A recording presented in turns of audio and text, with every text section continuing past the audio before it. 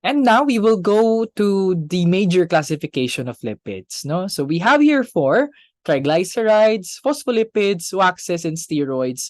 But actually, lipids are classified into more than these classifications, no? So marami pa yan. May mga sphingolipids pa, among others, no? But for this case, no, for our studying of lipids, no, ito munang apat ang ating tatalakayin. So let's go with them one by one. Okay, the first are the triglycerides, and you've seen them already earlier, no? So ito ang itsura ng inyong triglyceride. This is the most abundant type of fat or lipid that is found in the human body. Okay? So ito yung mga nakikita sa ating mga fat cells, sa mga adipose tissues natin.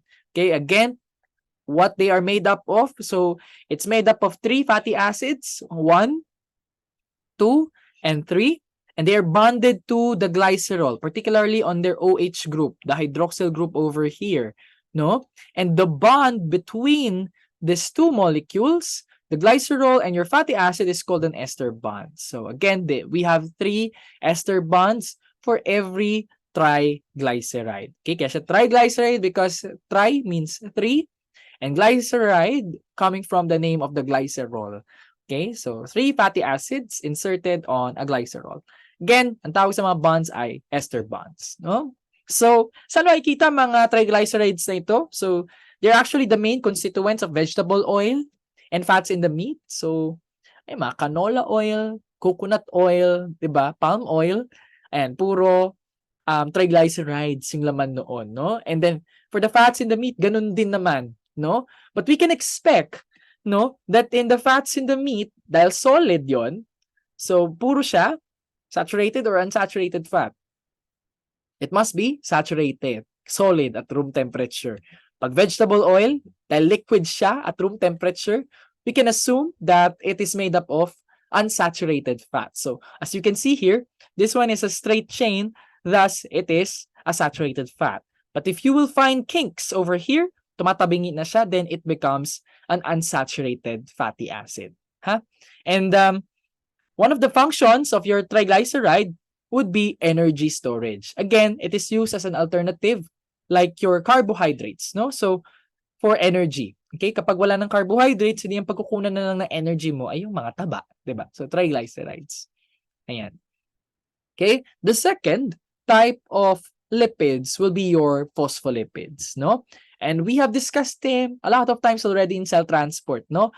So, they are the major component of cell membranes. Okay, again, they exist in this bilayer.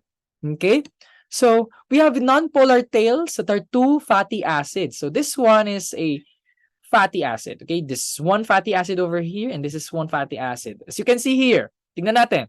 Itong fatty acid na to, is this a saturated or an unsaturated fatty acid? Okay, so in this case, you can see a saturated fatty acid. It is a straight chain of carbon atoms. In the other tail, this is a unsaturated fat, no? So, dahil nga may kink na tayong nakikita, no? But hindi ganyan lagi yung itsura ng mga kada member, kada phospholipid na meron tayo, no? So, pwede namang dalawang straight na saturated fat, pwede namang dalawang magkasamang unsaturated. So, it varies among phospholipids, okay? So, hindi laging ganito ang itsura niya, ha? Ayan. Pero laging may dalawang fatty acids at merong isang phosphate group sa head nito. Okay? Kasi nasa gitna, this is a glycerol molecule. Okay? So, glycerol molecule and this one is your hydrophilic head. No? And interestingly, no, kapag binaba mo o kaya pagka nagtapon ka ng mga phospholipids sa isang tubig, no? So, sabihin natin isang dish of water, nagse-self-assemble ang mga phospholipids, no? Paano nangyayari 'yon? So they would produce this selectively permeable membrane. Talagang ganito ang magiging itsura nila. Okay?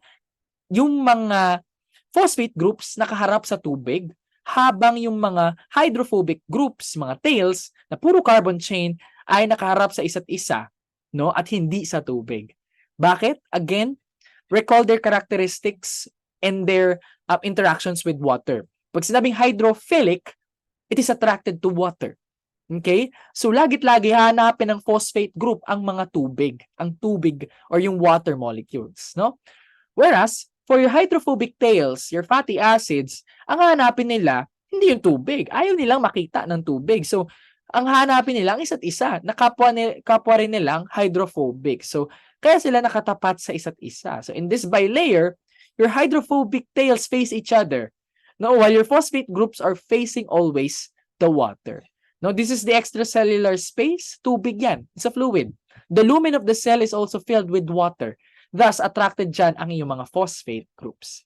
Again, your phospholipids will form this bilayer that will form the boundary between the cells and its environment. Okay?